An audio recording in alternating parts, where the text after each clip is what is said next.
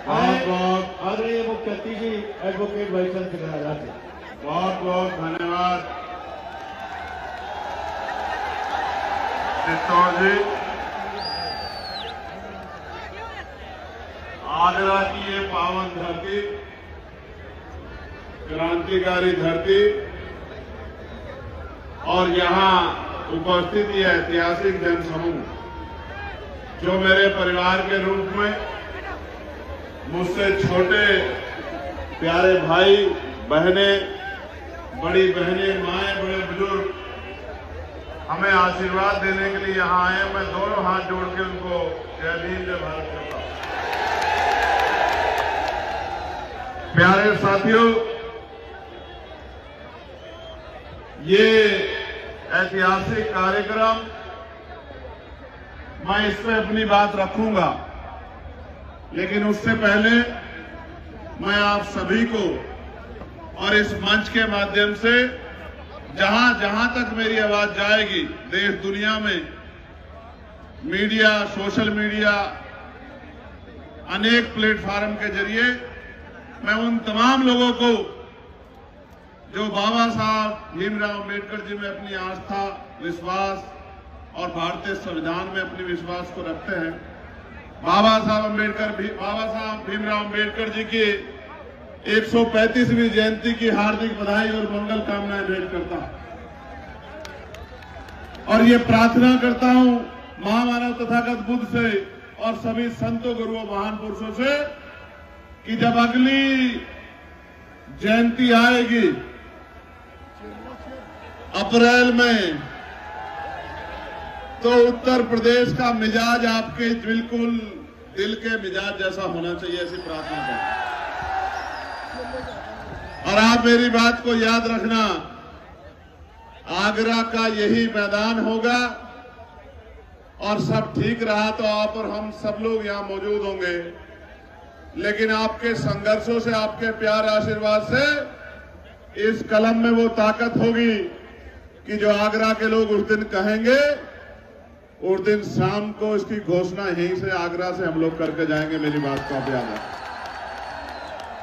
प्यारे साथियों, मैं धन्यवाद दूंगा हमारी केंद्रीय कमेटी को, श्री करतार सिंह भारतीय जी, श्री धर्मेंद्र सोनी जी, श्री श्याम जरारी जी, श्री ऋषि कुमार जी, श्री राजू वर्मा जी, गजेंद्र पीपल जी, प्रदीप पीपल जी और हमारी जो क्षेत्रीय आयोजन समिति है उनमें अध्यक्ष भाई सुभाष सागर जी, महेंद्र कुमार जी, संजय सिंह जी, अजय राणा जी, सिंधी जुनेजा जी, वीर प्रकाश बंटी जी, राहुल सागर जी, रवि शंकर जी, प्रताप जी, राजा बाबू जी, जिन लोगों ने भीमनगरी 2026 का मंच क्या शानदार बनाया है,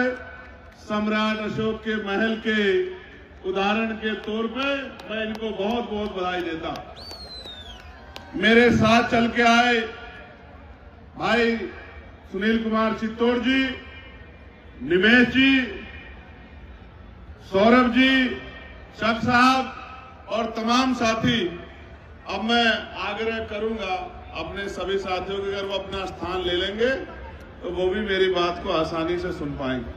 अगर वो मेरे आसपास खड़े रहेंगे तो फिर वो मेरी बात को सुन नहीं पाएंगे। जब वो जाके बैठ जाएंगे तब फिर वो मेरी बात को बहुत शानदार तरीके से सुन पाएंगे। और मैं आपको विश्वास दिलाता हूं कि आज का आपको मेरी सारी बातें याद रहेंगी जब ये कार्यक्रम मेरा भाषण खत्म होगा।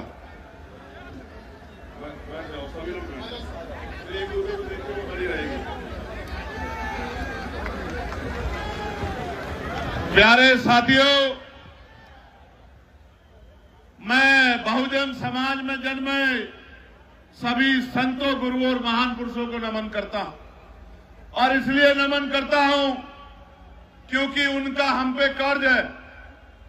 एक एक महापुरुष ने अपने और अपने परिवार को त्याग कर अपमान सह के, आरोप सह के, संघर्ष करके, भूखे प्यासे रह के हमें सींच के यहां तक लाने का काम किया है। मैं उन तमाम महापुरुषों को नमन करता हूं जिनकी हम संतानें हैं या जिनके हम अनुयायी। मैं इस मंच के आयोजककर्ताओं के साथ इस मंच पे जो शानदार, जानदार यहां के सम्मानित लोग, मेरी बहनें और भाई बैठे हैं, उनको भी धन्यवाद करता हूं। हमारे बहुत भिक्षु भक्तों को भी धन्यवाद करता हूं। पुलिस के भाइयों को, बहनों को भी धन्यवाद करता हूं।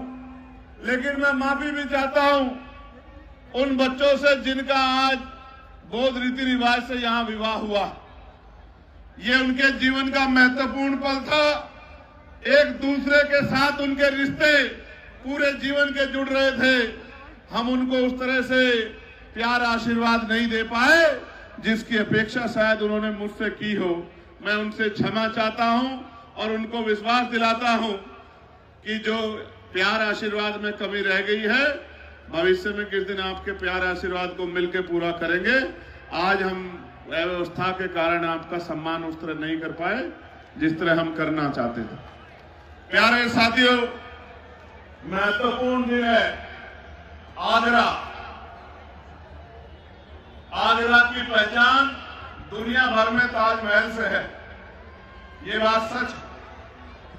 लेकिन हमारे लिए आगरा की पहचान भीम नगरी से है, ये नहीं। बताओ है या नहीं है? 1956 में चले गए बाबा साहब और 57 में पहली बार यहां शोभा यात्रा निकली। ये आगरा का बल है, ये आगरा की शक्ति है, आगरा का कमिटमेंट। फिर 1978 में आसपास के क्षेत्र के लोगों ने इसी आगरा में 300 से ज्यादा झांकी निकाल के ये बताने का काम किया कि बाबा साहब के सच्चे अनुयायी बाबा साहब को जाने के बाद जाने नहीं देंगे, उनके विचारों का प्रचार प्रसार करते रहेंगे। और फिर 1996 से लेकर आज का दिन इस मंच पे बड़े बड़े प्रधानमंत्री, राष्ट्रपति, मुख्यमंत्री, उप मुख्यमंत्री, अधिकारी, कर्मचारी, बड़े बड़े मुख्य अतिथि आए और हर साल ये इसी तरह से आगे बढ़ता रहा। मुझे इस बार दूसरी बार यहाँ, एक बार 2022 में और फिर इस बार मुख्य अतिथि बनने का मौका मिला है। मैं मंच के लिए मुख्य अतिथि हो सकता हूँ, आपके लिए तो आपके परिवार का हिस्सा हूँ। मेरी इतनी सी पहचान है, कुछ से छोटा हूं, कुछ से बड़ा हूं, लेकिन जिसको जरूरत पड़ेगी जब बिना इन्विटेशन के उसके साथ खड़ा हूं, इस बात को आपको बताने के लिए। प्यारे साथियों, देश भर में बाबा साहब अम्बेडकर की जयंती मन रही। मैं मानता हूं दुनिया में अकेले ऐसे महापुरुष हैं बाबा साहब अम्बेडकर जिनकी जयंतियां दुनिया के सबसे ज्यादा देशों में बनती है। और ऐसे नहीं बनती कि उन्हीं के अनुयायी मनाते हो। मैं बहुत जिम्मेदारी से कह रहा हूं, सरकारें मनाती। और मैं गया था पिछली बार यूएस, तो कोलंबिया यूनिवर्सिटी गया था जहां बाबा साहब अम्बेडकर की स्टैचू लगी, जिसमें लिखा है सिंबल ऑफ नॉलेज। ये भारत में तो इस सम्मान में बहुत देर लगी, लेकिन उनके ज्ञान, उनके विजन और भारत में उनके योगदान की वजह से दुनिया में बाबा साहब का सम्मान होता। लेकिन मेरे प्यारे साथियों, मैं 2 दिन पहले एक किताब पढ़ रहा था और वो किताब ये कहती है, जो बाबा साहब के ही बोल हैं कि अगर राष्ट्रपिता ज्योतिबा फूले ना होते तो डॉक्टर अम्बेडकर नहीं हो पाते। ये बात मैं आपको इसलिए कह रहा हूं कि बाबा साहब ने अपने जीवन में 3 महापुरुषों को गुरु माना, और गुरु का दर्जा मां बाप से बड़ा होता है, भगवान से बड़ा होता है। पहले थे महामानव तथागत बुद्ध, दूसरे थे गुरु कबीर और तीसरे थे राष्ट्रपिता ज्योतिबा फूले। अगर बाबा साहब को जानना है तो इन 3 महापुरुषों को आपको पढ़ना पड़ेगा, वरना बाबा साहब की आरती उतारने से, माला पहनाने, दिया बत्ती करने कोई भी बदलाव जीवन में होने वाला नहीं। क्योंकि वो बाबा साहब जो कहते हैं कि सुबह के समय 2 घंटी बजेगी, एक स्कूल की और दूसरी मंदिर की, आपको तय करना है कि आपकी मुक्ति का रास्ता कहां से खुलेगा। वो बाबा साहब पूजा के मेहता मोहताज नहीं है। वो बाबा साहब जो कहते हैं कि मैं मूर्तियों में नहीं, मैं किताबों में हूं, मुझे पूजने की नहीं, मुझे पढ़ने की जरूरत है। वो बाबा साहब पूजा के मोहताज नहीं है। मेरे लोगों, मैं लोकसभा में था सुबह, हमारे यहां बिल आया है नारी शक्ति वंदन, वो कॉन्स्टिट्यूशनल अमेंडमेंट है, उस पर चर्चा हो रही है। मुझे केंद्रीय और क्षेत्रीय कमेटी के सम्मानित अध्यक्ष और जिम्मेदार साथी वहां गए थे। मुझसे उन्होंने निवेदन किया कि आपको 16 तारीख को आना है।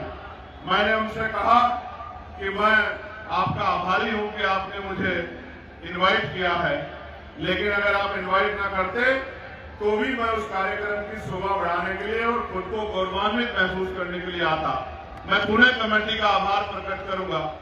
लेकिन प्यारे साथियों, मैं ये तय करके आया था कि रात को रुकूंगा, सुबह जाऊंगा, लेकिन क्योंकि लोकसभा का सत्र चल रहा है और आप जानते हैं मेरी निष्ठा भारतीय संविधान में है और मैं लोकसभा में इसलिए हूं कि मैं वहां आपके हकों की आवाज को बुलंदी से रख सकूं। मैं इसलिए नहीं हूं कि वहां तक मैं कोशिश करता हूं कि जब भी कोई बिल आए या जब भी कोई डिस्कशन हो तो आपका विचार, आपकी बात, आपकी पीड़ा, आपकी समस्या, आपके हालात भारत की लोकसभा में मेरे माध्यम से सरकार के सामने जाने चाहिए और सरकार को उस पर काम करना चाहिए। प्यारे साथियों, 2-3 इंपोर्टेंट टॉपिक है जिन पे मैं आपसे बात करूंगा, लेकिन उससे पहले मैं आपके प्यार का अभिनंदन भी करूंगा। मैं जब से आगरा में मैंने आज पैर रखा है, मैं इस बात से डर रहा हूं कि कहीं कुछ आपको चोट ना लग जाए, क्योंकि कहीं आप एक टांग पे खड़े होकर देख रहे हैं, कहीं आप किसी खंभे पे चढ़ रहे हैं, कहीं आप बिल्कुल दीवार को पकड़े खड़े हैं। मेरे मन में ये पीड़ा हो रही थी कि ऐसा ना हो मेरी वजह से मेरे किसी भाई को चोट लग जाए, क्योंकि मुझे फिर तकलीफ होगी। इसलिए मैं डर रहा था। मैं भी आपसे आग्रह करूंगा कि मेरी आवाज आप तक आएगी। मेरा गला बड़ा साफ है, अगर आप अपने अपने स्थान पर बैठ जाओगे तो आपको मुझे सुनने में दिक्कत नहीं होगी। क्योंकि कई बार मेरे याद है पिछली बार हमारे यहाँ भीमनगरी में भी हादसा हो गया था, कई साथियों को चोट लगी थी। हमारी जिम्मेदारी है कि जब हमको हमारा कोई भी कार्यक्रम हो तो देखने वाले को ये संदेश जाना चाहिए कि इनसे ज्यादा अनुशासित कोई नहीं है, ये बाबा साहब अम्बेडकर के सिपाही। ये संदेश जाना चाहिए सब लोगों को। और अगर ये संदेश नहीं जा रहा है तो चाहे हम उत्साह में हैं या किसी भी कारणवश, तो हम कहीं ना कहीं हमारी तरफ सवाल खड़ा हो जाता है। इसलिए मैं आपसे आग्रह कर रहा हूं कि अगर आपके आसपास स्थान है तो आप बैठ जाओ। अभी मैं इतनी जल्दी आपको छोड़ने वाला नहीं हूं, मैं भी बोलूंगा। अभी तो मैंने शुरू भी नहीं किया, अभी तो अभिनंदन ही चल रहा है। अभी तो मैं पूरे देश भर में जो चल रहा है और उत्तर प्रदेश में जो चल रहा है और बाबा साहब ने हमें क्या दिया है और बाबा साहब को हमें क्या लौटाना है, बहुत सारे सवाल, बहुत सारी उम्मीदें और बहुत सारी जो परेशानियां आपके सामने, उनके हल का रास्ता आपको बता के यहां से जाऊंगा। प्यारे साथियों, मैं बार बार कहता हूं, आगरा हमारे सर माथे है, क्योंकि आगरा में बाबा साहब अम्बेडकर के आंसू टपके हैं। ये वही धरती है जहां 18 मार्च 1956 को बाबा साहब रोते हुए तकलीफ देके ये कह रहे हैं कि मुझे मेरे पढ़े लिखों ने धोखा दे दिया, मैं जो करना चाहता था वो नहीं कर पा रहा हूं। लेकिन साथियों, बाबा साहब की उस पीड़ा को पढ़े लिखे लोगों ने बाबा साहब के जाने के बाद महसूस किया है। और ये मेरा और ये भीमनगरी का आयोजन जो एशिया में सबसे बड़ा होता है, इस बात का उदाहरण है कि पढ़े लिखे लोग अपनी जिम्मेदारी को उठा रहे हैं, चाहे कम ही हो, लेकिन वो कोशिश जरूर कर रहे हैं। और मैं फिर कहता हूं, किसी भी समाज का नेतृत्व उस समाज में पढ़े लिखे समाज को ही करना चाहिए। और उसकी नैतिक जिम्मेदारी भी है कि वो पढ़ा लिखा व्यक्ति समाज का नेतृत्व करे, समाज को रास्ता दिखाए। तो बाबा साहब जब यहाँ कह रहे थे आगरा में खड़े होके, तो जो सबसे महत्वपूर्ण बात मुझे और मेरे जैसे करोड़ों नौजवानों को महसूस होती है, हमारे दिल में घाव करती है, हमें कठिनाइयों में आगे बढ़ के लड़ना सिखाती है, वो बात ये है कि बाबा साहब कह रहे हैं कि जब मैं अपने चारों तरफ देखता हूं, मुझे एक भी नौजवान ऐसा दिखाई नहीं देता जो इस आंदोलन रूपी तंबू का बंबू बनके इस आंदोलन को आगे बढ़ा सके। वो कह रहे हैं मैं उस टेंट की तरह हूं, मैं उस बंबू की तरह हूं जिसपे बहुत सारे टेंटों का बोझ है, यानी कि समाज बहुत बड़ा है और मेरे आसपास एक भी दिखाई नहीं दे रहा है जो इस आंदोलन को आगे बढ़ा सके। और क्या कह रहे हैं बाबा साहब? कह रहे हैं मैं बूढ़ा हो चला हूं, बीमार रहता हूं, तमाम तरह के अपमान, आरोप, अपने बच्चों की कुर्बानियां देकर बड़ी मुश्किल से इस कारवां को वहां से यहां तक लेके आ पाया हूं। अगर आप इसे आगे नहीं बढ़ा सकते तो मेरे बच्चों इसको पीछे मत जाने देना। वो सवाल खड़ा कर रहे हैं, जैसे आज मैं आपके सामने एक सवाल खड़ा कर रहा हूं कि जिस बाबा साहब ने हमारी उंगली में इतनी बड़ी ताकत दे दी कि जिसे चाहो कुर्सी पे बिठा ले और जिसे चाहो कान पकड़ के जमीन पे पटक दे, उस बाबा साहब के अनुयायियों की क्या हालात होगी उत्तर प्रदेश में, देश में, ये हमें सोचना चाहिए। सवाल है बहुत बड़ा। प्यारे साथियों, बाबा साहब ने इस देश के लिए बहुत बड़ा योगदान दिया। मैं महसूस करता हूं, हम प्रैक्टिकल अगर देखें व्यवहारिकता में, जीवन में, हमारे बच्चे को बुखार हो जाता है तो हमें नींद नहीं आती, हमारे घर में कोई दुख हो जाता है परिवार के मेंबर को तो हम काम पे नहीं जा पाते, और हमारे रहबर, हमारे मसीहा बाबा साहब अम्बेडकर के 4 बच्चे कुर्बान हो गए और 35 साल से कम उम्र में ही उनकी पत्नी भी उनको छोड़ के चली गई। लेकिन बाबा साहब ने आपको नहीं छोड़ा मेरे लोगों, हमें नहीं छोड़ा मेरे लोगों। बाबा साहब हमारे लिए लड़ना नहीं छोड़ा, हमारे लिए संघर्ष करना नहीं छोड़ा, हमारे लिए त्याग करना नहीं छोड़ा, हमारे आंसू पूछने में कोई कमी नहीं छोड़ी। और 2 साल 11 महीने 18 दिन में दुनिया का सबसे बड़ा संविधान लिख के हमें बराबरी का जीवन देके गए बाबा साहब अम्बेडकर। उनका त्याग, बलिदान, कुछ भी हम अपने खून का कतरा कतरा देके भी चुका नहीं सकते मेरे लोग। आप महसूस करके देखो क्या नहीं पा सकते थे बाबा साहब, क्या नहीं पा सकते थे।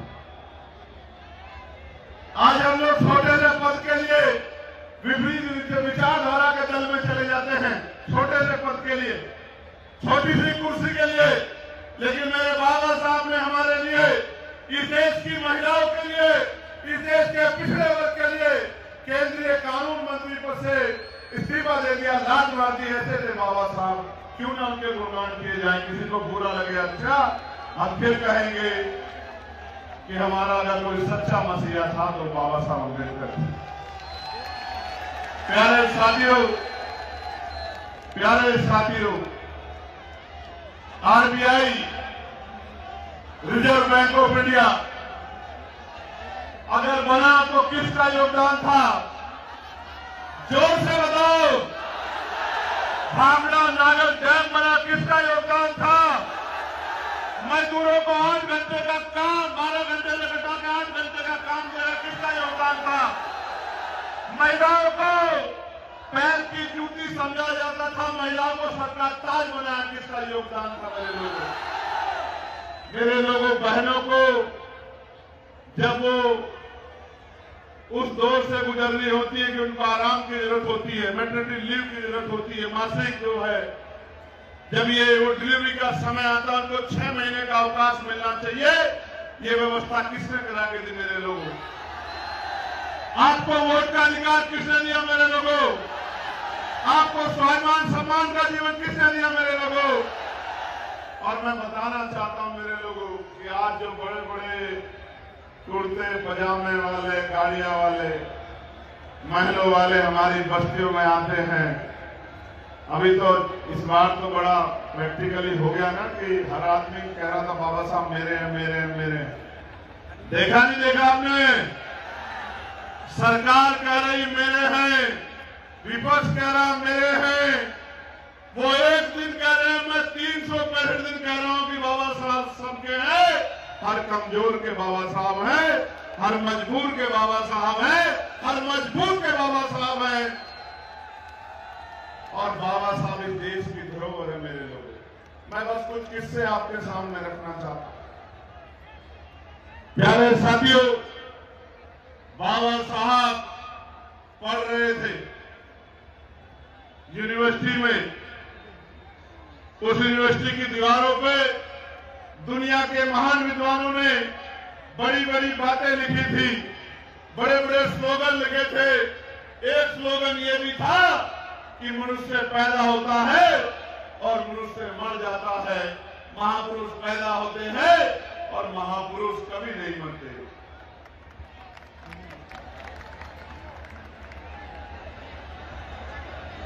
एक बच्ची है बिट्टू, पिता का नाम है राजू, दीदी का नाम है चंचल, और वो शायद कहीं गुम हो गई है। एक बच्ची है कल्पना, लाल टोप पहना है, कहाँ है? रेड वाली तो मिल गई है।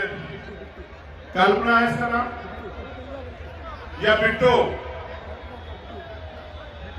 बिट्टू, ठीक, बिट्टू तो मिल गई है, कल्पना भी नहीं मिली। लाल टोप पहना है, 9 साल की बच्ची। अपने आसपास देख लेना भाई, देख लेना। देखो, मां की बेटी गुम हुई, बच्ची वो बड़ी प्यारी है, लेकिन तकलीफ हुई मां को। और हमारे बाबा साहब को देखो, जिनकी आंखों के सामने उनके बच्चे चले गए। कहना आसान है,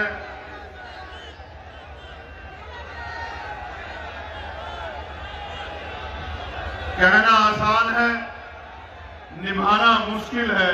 इसलिए कह रहा हूं कि बड़े त्याग, तपस्या, बलिदान करने पड़ते हैं, तब जाके बात आगे बढ़ती है। प्यारे साथियों, मैं दोबारा दोहरा रहा हूं, कल्पना जो 9 साल की बच्ची है, लाल टोप पहना है। मैं इसलिए आपसे आग्रह कर रहा था कि अगर आप बैठ जाओगे तो ऐसी परेशानी नहीं खड़ी होगी और बीच में मुझे अपनी बात नहीं रोकनी पड़ेगी, इसलिए मैं आपसे आग्रह कर रहा था। देखो, अगर आसपास है तो पहले उसी को खोज दो, फिर मैं आपसे अपनी दिल की बात कहूंगा। मन की बात तो प्रधानमंत्री जी कह ही रहे।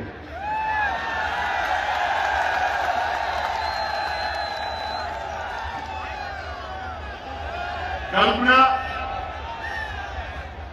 कल्पना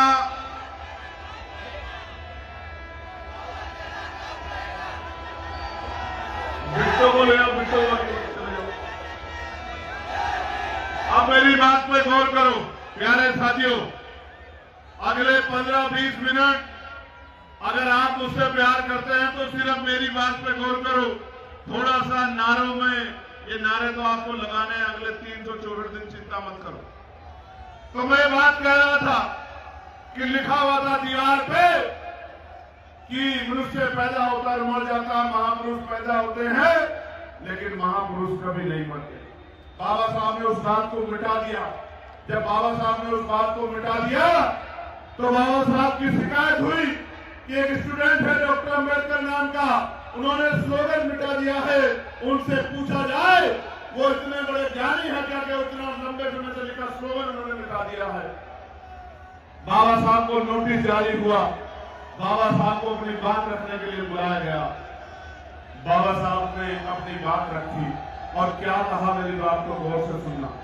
बाबा साहब ने कहा कि ये बात सच है कि मनुष्य पैदा होता है और मनुष्य मर जाता है, लेकिन ये जो लिखा गया है कि महापुरुष पैदा होते हैं और महापुरुष मर जाते हैं, मैं इससे सहमत नहीं हूं। और इसका तर्क मेरे पास ये है कि महापुरुष पैदा नहीं होते। पैदा एक बच्चा होता है, अपने पूरे जीवन में जो वो संघर्ष करता है, समाज की तरक्की में जो योगदान देता है, अपमान, आरोप, अन्याय सहकर लगातार जो समाज के लिए करता है उसके जाने के बाद समाज ये निर्णय लेता है कि वो हमारा महापुरुष था या कोई बहरूपिया। इसका निर्णय समाज में उसके जाने के बाद लिया जाता है, क्योंकि बुद्ध कहते हैं कि जीवित व्यक्ति कभी भी बदल सकता है और विचार कभी स्थायी नहीं होते, परिस्थितियों के आधार पर बदल सकते हैं। मैं वही बात कह रहा हूं जो महापुरुष कह के गए हैं। तो बाबा साहब ने कहा कि महापुरुष भी बढ़ जाते हैं अगर उनकी विचारधारा का प्रचार प्रसार ना। आगरा में बाबा साहब जिंदे हैं। आगरा में बाबा साहब जिंदे हैं क्योंकि बाबा साहब ने कहा था मुझे मेरे जाने के बाद मरा हुआ मत समझना, जब तक भारतीय संविधान जिंदा है मैं जिंदा। और आगरा का ये सैलाब, ये सांस्कृतिक कार्यक्रम, ये विरासत, ये धरोहर, इस बात का ऐलान है हम सब लोगों के लिए कि बाबा साहब आगरा में जिंदा है।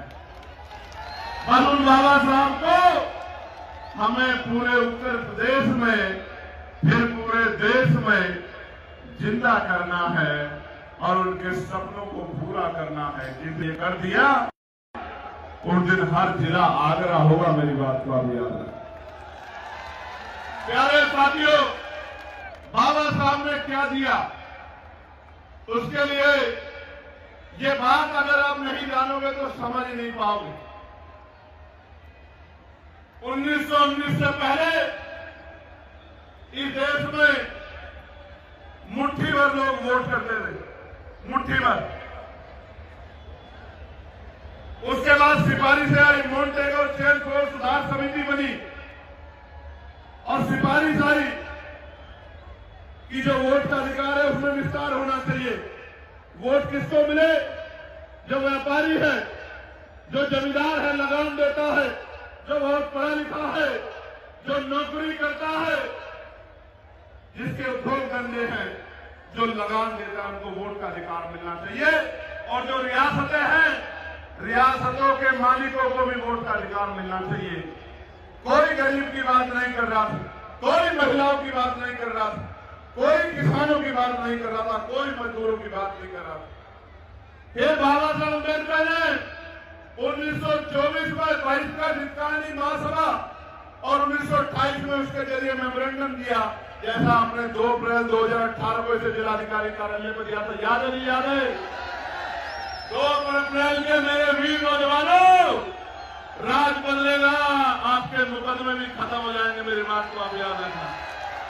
और जिन्होंने त्याग किया है, लाठियां खाई है, जेलें काटी है, उनको सरकार विशेष सम्मान देगी और ताकत देगी। मेरी बात को आप याद रखना, ये मेरा वचन। प्यारे साथियों, बाबा साहब ने मेमोरेंडम दिया और मेमोरेंडम के बाद साइमन कमीशन भारत आया। साइमन कमीशन कोई भूत नहीं था। जिस तरह से मंडल कमीशन बना, टाटा कार्यक्रम कमीशन बना, जिस तरह से और कमीशन बने, ऐसा ये कमीशन एक डेलीगेशन था, साइमन कमीशन। 7-8 लोग आए यहाँ के लोगों की बाबा साहब के मेमोरेंडम पे हालात को जानने के लिए। और आपको याद होगा, साइमन कमीशन का विरोध हुआ। साइमन कमीशन फिर भी रिपोर्ट बना के ले गया।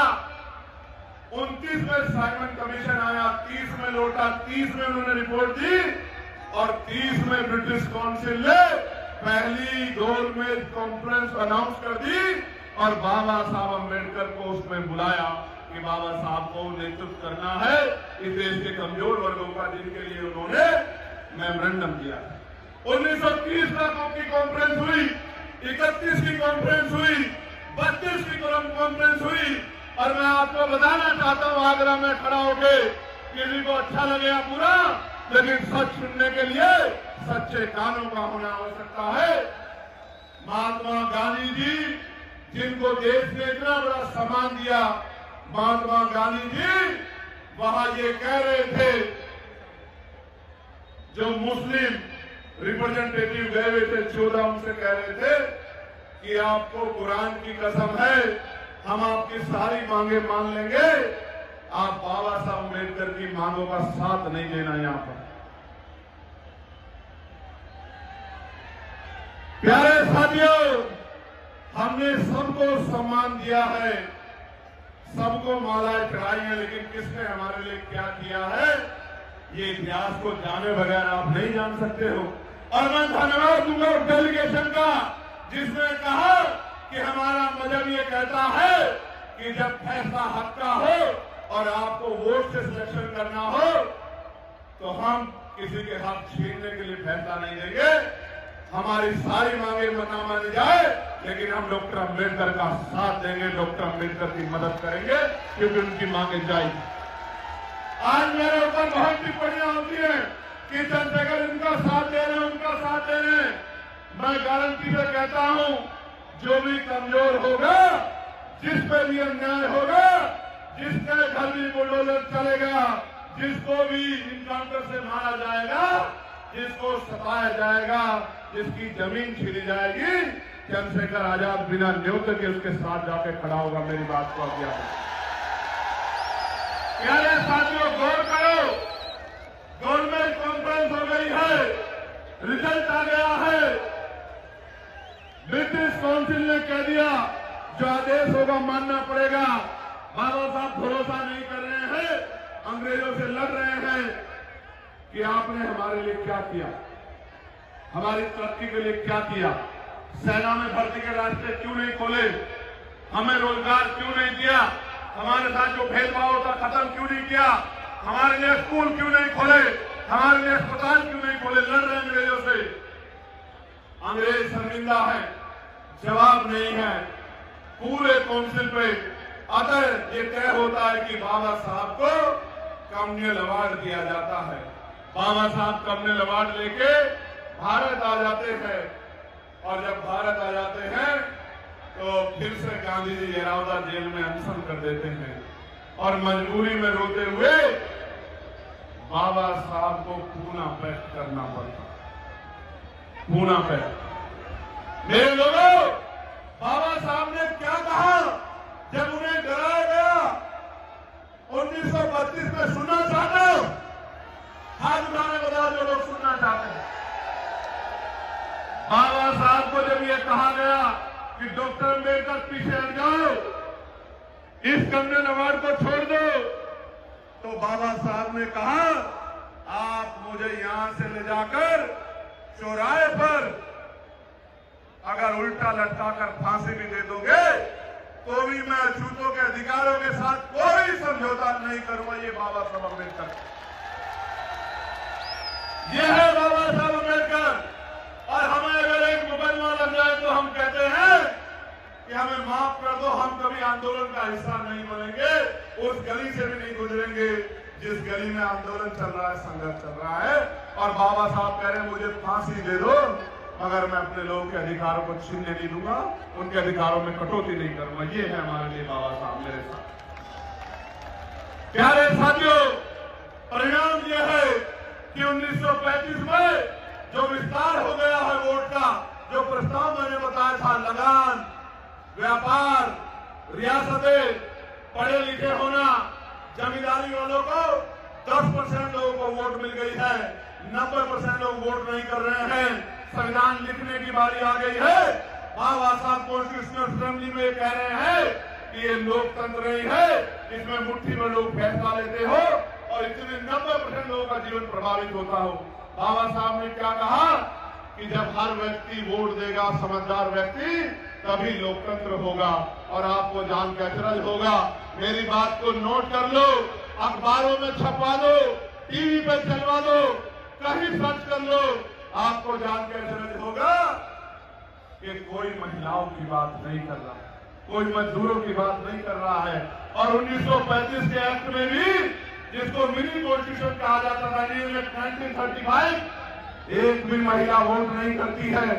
दलितों की महिलाएं नहीं, पिछड़ों की महिलाएं नहीं, मुसलमानों की महिलाएं नहीं, आज की तथाकथित स्वर्ण जाति की महिलाओं को भी वोट का अधिकार नहीं था।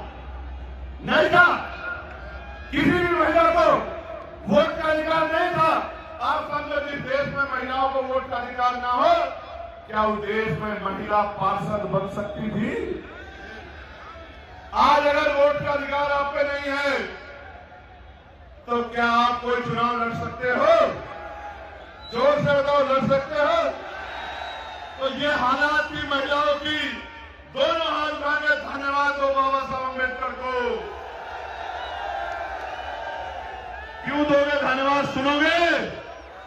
जो काम अमेरिका ने नहीं किया, जो काम ब्रिटेन ने 25 साल बाद किया, अमेरिका ने 28 साल बाद किया, यूरोपियन कंट्री ने 20 साल बाद किया, कि अपनी देश की महिलाओं को वोटिंग राइट दिया।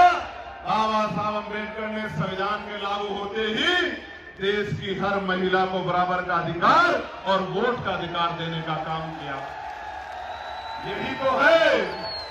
यही तो है वो शक्ति जिसकी वजह से जो हमसे मिलके गर्म पानी में जाके नहाते हैं, वो भी आके मेरी माओं से, बहनों से कहते हैं कि मेरे सर पे हाथ रख के मुझे आशीर्वाद दे दो, मैं आपकी सेवा करूंगा। मैं पूछना चाहता हूं इस महफिल से, जब बाबा साहब नहीं थे तो आपके पूर्वजों ने मेरी माओं से अपने सर पे हाथ क्यों नहीं रखवाया? मेरी बहनों से अपने सर पे हाथ क्यों नहीं रखवाया? मेरी बुजुर्गों से जिनकी पगड़ी उछाली गई उनसे सर पे हाथ क्यों नहीं रखवा पाया? क्यों नहीं रखवा पाया आप लोग? क्योंकि तब मेरी उंगली में वो ताकत नहीं थी, मेरे लोगों की उंगली में वो ताकत नहीं थी। आज हमारे लोगों की उंगली में वो ताकत है कि प्रदेश के मुख्यमंत्री हो या उप मुख्यमंत्री, देश के प्रधानमंत्री हो या गृह मंत्री, सलाम तो आपको बाबा साहब को करना पड़ेगा। आज जब नारी वंदन आया है तो सत्ता के लोग बोले, विपक्ष के उठकर कहते हैं, मैं गौरवान्वित हो जाता हूं, उठकर कहते हैं कि ये प्रयास बाबा साहब अम्बेडकर का था। बाबा साहब अम्बेडकर को धन्यवाद करते हैं। प्यारे साथियों, ये दिया है बाबा साहब अम्बेडकर ने हमें। प्यारे साथियों, बाबा साहब ने तो बहुत कुछ दिया और उफ नहीं की, कुछ लेकर नहीं गए हमसे, जमीन नहीं ली, पैसा नहीं लिया, रोजगार नहीं लिया, अपने बच्चों के लिए कुछ नहीं मांगा, लेकिन आप उम्मीद करके गए थे कि जिनको हजारों साल कुर्सियों पर बैठने नहीं दिया गया, जिनको आत्मसम्मान का जीवन नहीं मिला, जिनको स्वाभिमान का जीवन नहीं मिला, जिनको अधिकार नहीं मिले, वो मेरे लोग किसी की बातों में आके गुमराह नहीं होंगे। वो आने वाले कल में पढ़ेंगे, लिखेंगे और भाईचारा बनाकर अपनी शक्ति बना लेंगे। लेकिन आप लोगों ने उनकी बात को पूरी तरह से नहीं माना। उन्होंने हमें वर्ग बनाया, शेड्यूल कास्ट, उन्होंने हमें ओबीसी बनाया, अन्य पिछड़ा वर्ग, लेकिन आज भी हम जातियों को सर पे रख के डोल रहे हैं। हम ये भी कहते हैं कि जातियां हमारे महापुरुषों ने नहीं बनाई, लेकिन हम ये भी कहते हैं कि हमारे रिश्ते, नाते, परिवार सब हमारी जाति में होंगे।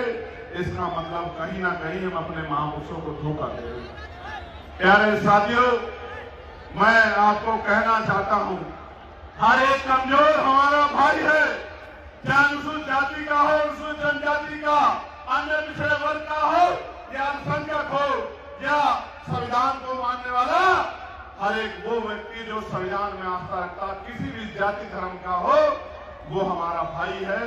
हम उसके साथ कंधे से कंधा मिला के खड़े हैं, क्योंकि हम मानवता के पुजारी हैं, हम अम्बेडकरवादी हैं, अल्पसंख्यकवादी हैं, मानवतावादी हैं, बहुजनवादी हैं। हम कमजोरों के पहरेदार हैं, हम मजबूरों के सबसे बड़े सिपे सलाहकार हैं। इसलिए मैं आपको कहना चाहता हूं कि बाबा साहब को बड़ी उम्मीद थी आपसे कि आप, मैं आगरा की बात करता हूं मेरे लोगों, चारों तरफ अंधेरा दिखाई देता है, चाहे मेयर हो, चाहे विधानसभा हो, चाहे लोकसभा हो, चाहे जिला पंचायत अध्यक्ष हो, चारों तरफ अंधेरा दिखा। कौन जिम्मेदार है? कौन जिम्मेदार है? किसने आपकी उंगली पकड़ी है? कौन आपको गुमराह कर रहा है? आप रोटी खाते हैं, अच्छे बुरे को समझ सकते हैं। अभी यूजीसी की गाइडलाइन आई, सारे नेता घर में बैठ गए, 2-2 वोट की रक्षा के लिए अगर कोई मैदान में डटा था तो आपका चंद्रशेखर आजाद और आजाद समाज पार्टी का श्रीराम जी सब तमाशा देख रहे थे, सब छिपके बैठ गए थे। इसलिए कहना चाहता हूं, आपको टीवी में आपको कोई दिखाए ना दिखाए, अखबार में आपको कोई दिखाए ना दिखाए, आपके पास फोन है, 24 घंटे 7 दिन देख सकते हो कि कौन लड़ रहा है, कौन समझौता कर रहा है, कौन मार खा रहा है, किसकी हड्डियां तोड़ी जा रही है, कौन जेल में जा रहा है, कौन आपके लिए आंख से आंख में आके लड़ रहा है, कौन सवाल कर रहा है, बिजली के लिए कौन सवाल पूछ रहा है, किसानों के लिए कौन सवाल पूछ रहा है, मजदूरों के लिए कौन सवाल पूछ रहा है, महिलाओं की रक्षा के लिए कौन सवाल पूछ रहा है, बच्चियों के अस्तित्व को जो लूटा जा रहा है देश में उनके लिए कौन लड़ रहा है। आप अगर सवाल ढूंढोगे तो जवाब खुद ब खुद मिल जाएगा। और जवाब यह है कि अगर कोई है तो वो आपका अपना बेटा, अपना भाई, अपना दोस्त, आपके अपने घर का सिपाही है। बाकी सब लोग तमाश नहीं मरे हुए। क्या हुआ लखीमपुर खीरी में? क्या हुआ लखीमपुर खीरी में? बाबा साहब की जयंती का कार्यक्रम था। क्या हुआ लखीमपुर खीरी में? कि लाठियां चली, महिलाओं को पीटा गया, बड़े बुजुर्गों को पीटा गया, नौजवानों को पीटा गया, कितने ही नौजवान जेल भेज दिए गए। प्रशासन के लोग, पुलिस के लोग सरकार के दबाव में दंडित कर रहे हैं लोगों को। रात को घरों में बिजली काट के पुलिस जा रही है, मारपीट हो रही है, बहनें रो रही हैं, इंतजार कर रही हैं और सरकार से न्याय नहीं मांग रही। कह रहे हैं कि चंद्रशेखर भाई आके मदद करा दो क्योंकि यहाँ हमारे जीवन को खतरा। भय का माहौल बन गया, भय का माहौल, भय का माहौल। मैंने आज ही आग्रह किया है बड़े अधिकारियों से, डीजीपी, चीफ सेक्रेटरी से, एसीएस होम से कि संज्ञान ले क्योंकि हम अपने लोगों पर लाठी नहीं सहेंगे। ये बात मैं प्रशासन को, सरकार को बताना। क्या हुआ? क्या हुआ नोएडा में मजदूरों के साथ? मैंने एक वीडियो देखी, एक बच्ची को पीट रहे हैं। मैं पुलिस का सबसे बड़ा मददगार हूं, मैं साबित करके दिखाऊंगा। पुलिस के लोग पीट रहे हैं, लात मार रहे हैं बच्चियों को, डंडा मार रहे हैं, थप्पड़ मार रहे हैं, मुक्के मार रहे हैं और दूसरी तरफ सरकार नारी वंदन का ढोंग चली गई। ये है उत्तर प्रदेश की डबल इंजन की सरकार का। क्या हुआ? मेरा गला नहीं सूखेगा, मेरा गला नहीं सूखेगा। मैं सच कहूंगा और सच ये है कि मजदूर अपना हक मांग रहे थे। आज कोई आगरा से जाके नौकरी कर रहा है, कोई लखनऊ से, कोई बिहार से, कोई कर्नाटक से, कोई महाराष्ट्र से, कोई हरियाणा से, कोई पंजाब से, कोई झारखंड से, बिहार से। आज वो आया था यहाँ कमाने के लिए, आपने उठा के जेल में बंद कर दिया। उसके बच्चे भूख से तड़प रहे हैं, इलाज की कमी कारण दवाई के लिए तड़प रहे हैं, 4 पैसों के लिए तड़प रहे हैं। आपने आंख बंद कर ली है व्यापारियों को खुश करने के लिए, आप उन पर डंडा चला के उनको जेल में बंद कर रहे। ये है आपका न्याय। आगरा में क्या हुआ? आगरा में क्या हुआ? मैंने पुलिस की बात सुनी। पुलिस के अधिकारियों ने कहा कि कोई उपद्रव नहीं हुआ, कोई अपमान नहीं हुआ, कोई घटना नहीं हुई। पुलिस के अधिकारियों ने कहा तो आप झूठे हो अगर मैं झूठ बोल रहा हूं। लेकिन फिर भी आपने सत्ता के आगे कमजोर पड़ के मुकदमा दर्ज कर दिया। आप सत्ता से कमजोर पड़ गए। ये मेरी वर्दी वाले बहादुर शेरों, मैं आपके लिए पार्लियामेंट में लड़ता हूं कि इंडियन पुलिस एक्ट में बदलाव होना चाहिए। हमारे पुलिस के नौजवानों की 8 घंटे की, भाई बहनों की 8 घंटे की ड्यूटी होनी चाहिए। सप्ताह में 1 दिन छुट्टी मिलनी चाहिए। उनकी वेतन विषमता दूर होनी चाहिए। उनको बॉर्डर स्कीम खत्म करके होम डिस्ट्रिक्ट के बराबर में उनको नौकरी करने का अवसर देना चाहिए। मैं तो आपके लिए लड़ रहा हूं, लेकिन आप क्या कर रहे हो? पुलिस को देख के गरीब से गरीब, कमजोर से कमजोर व्यक्ति जिसकी जान को खतरा है, अपने अंदर ताकत भर जाती है अशोक की लाट देख के कि मेरा रक्षक खड़ा है। अगर उसी पुलिस से भय पैदा हो जाए तो फिर कहां की न्याय व्यवस्था? आप मेरी बात को सुनिए और समझिए। प्यारे मेरे साथियों, अभी मुझे बताया गया कि भाई यहाँ की महानगर पालिका ने, महानगर ये नगर निगम ने जानबूझ के छोटे और मध्यम जूता कारखानों को बर्बाद करने के लिए एक तानाशाही तुगलकी फरमान सुना दिया है।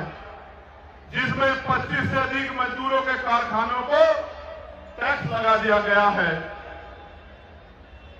अगर 25-30 मजदूर हैं तो 1,000 रुपए टैक्स, अगर उससे ज्यादा है तो 5,000 रुपए टैक्स, उससे ज्यादा है तो 10,000 रुपए टैक्स। पूरी सरकार आपकी ये ट्रिपल इंजन है। केंद्र की सरकार को हम लोग टैक्स देंगे, toll tax, cess, VAT, GST. राज्य सरकार को हम लोग टैक्स देंगे बिजली पे, पानी पे, सड़क पे और तमाम तरह के टैक्स। और अब नगर निगम भी हमारे व्यापारियों को लूटने का काम करेगा। मैं सरकार के मंच के माध्यम से सरकार को और नगर निगम को ये कहना चाहता हूं कि अपना कुदरती सम्मान वापस दे दे, वरना इसके लिए जो आंदोलन होगा उसका नेतृत्व चंद्रशेखर आजाद करेगा, समझ नहीं पाएगा हम लोग। और इसको धमकी मत समझना, ये मेरा आग्रह है आपसे, क्योंकि आंदोलन में मुकाबला करने की हिम्मत नहीं जुटा पाओगे। नगर निगम वालों, मेरी बात को याद रखना।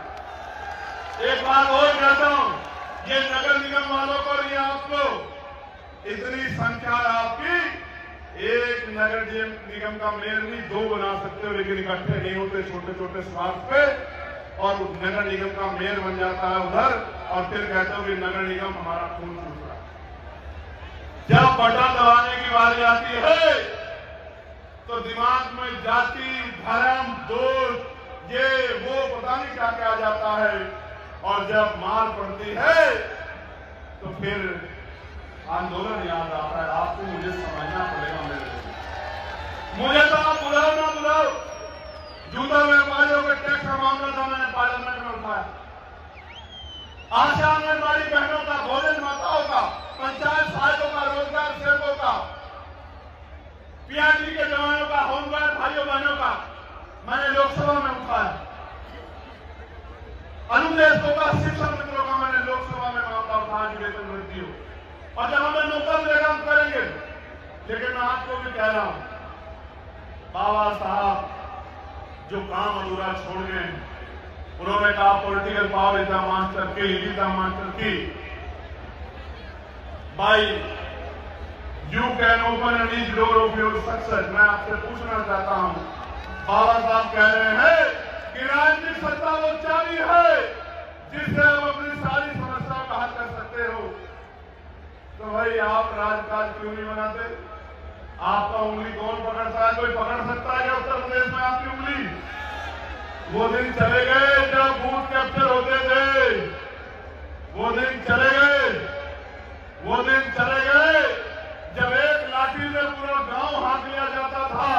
आज तो बहुजन समाज के लोग लाठी का जवाब लाठी से देना जानते हैं। इसलिए मैं पूछना चाहता हूं कि आपको किसने रोका है? आप भी तो पॉलिटिकल पावर बना सकते हो। अगर आप पॉलिटिकल पावर बना लोगे किसी भी रूप में, तो आपकी बहुत सारी समस्याओं का हल हो जाएगा।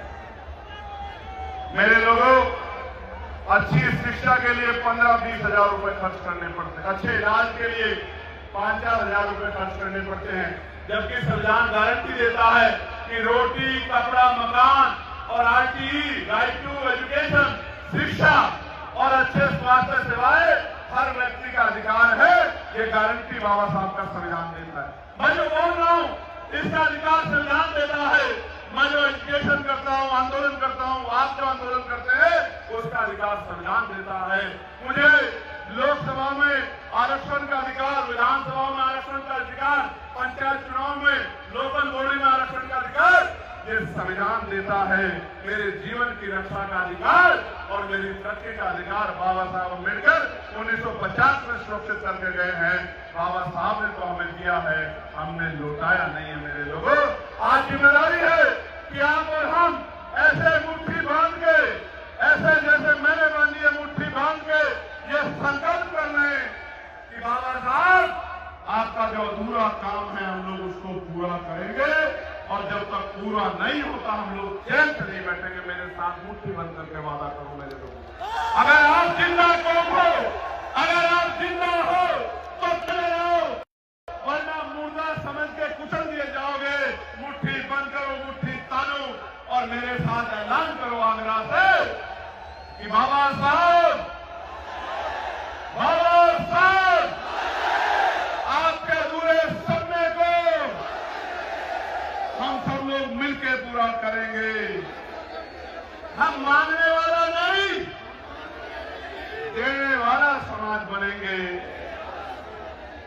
हम मान सम्मान की लड़ाई को लड़ेंगे।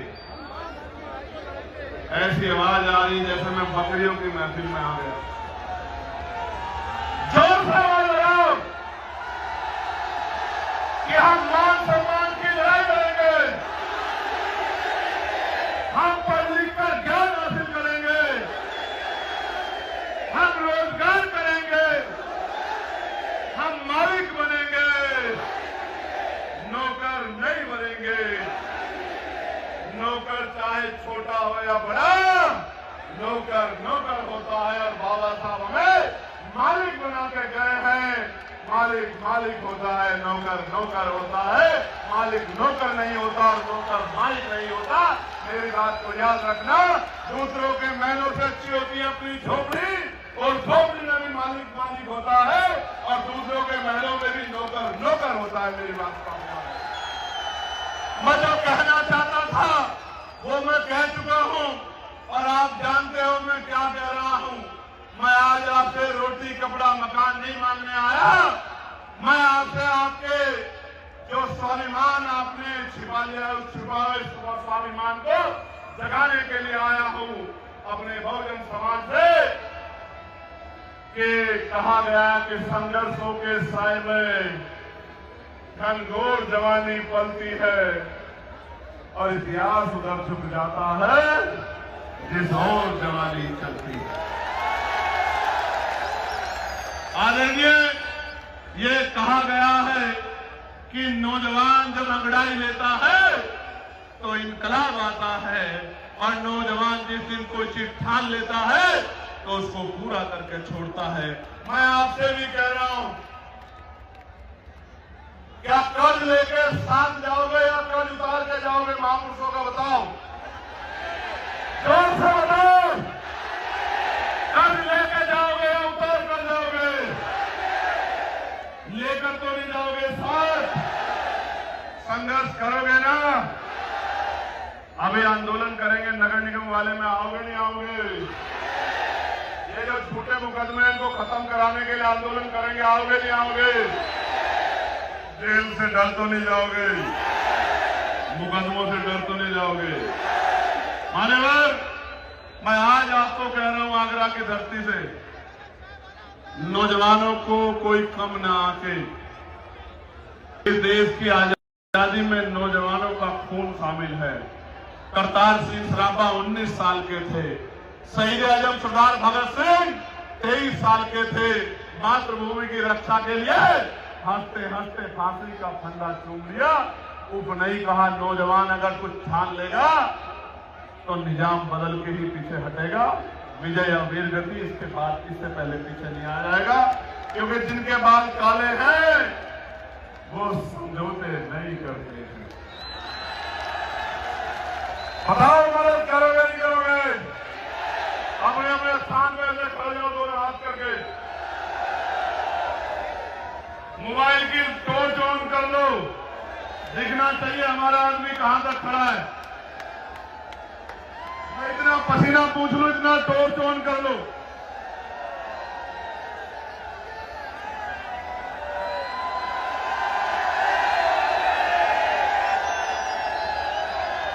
मैं आपसे ज्यादा प्यार क्यों करता हूं, जानना चाहते हो क्या? लोग पैसा देते हैं, गाड़ी देते हैं, मिठाई देते हैं, शराब पिलाते हैं, तो भी कुर्सी नहीं भर पाती। और आप लोग प्यार बांटने के लिए कहां कहां से अपना काम छोड़ के आते हो। इसलिए मेरे खून का कतरा कतरा भी आपका एहसानमंद है, और उसको मैं चुकाने का काम करूंगा इसी जीवन में। इसलिए आपसे मेरा प्यार ज्यादा है। जितना प्यार आपने मुझे दिया है, शायद इस उम्र में हमसे पहले के हमारे संघर्षशील हमारे महान पुरुषों को नहीं मिला। लेकिन मैं ये विश्वास से कहता हूं, इस बार लड़ाई लखनऊ तक नहीं रहेगी, दिल्ली जाएगी बहुत जल्द। मेरी बात को आप याद रखें।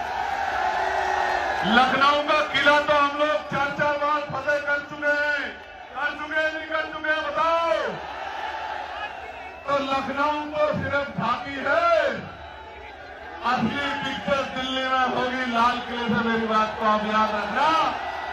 10 साल के अंदर एक अम्बेडकरवादी लाल किले से तिरंगा लहराएगा। इस संकल्प के साथ जी रहा हूं मेरे लोगों, वरना रोटी कपड़ा मकान तो आपके आशीर्वाद से चल ही रहा है। बहुत बहुत धन्यवाद आयोजक कमेटी का।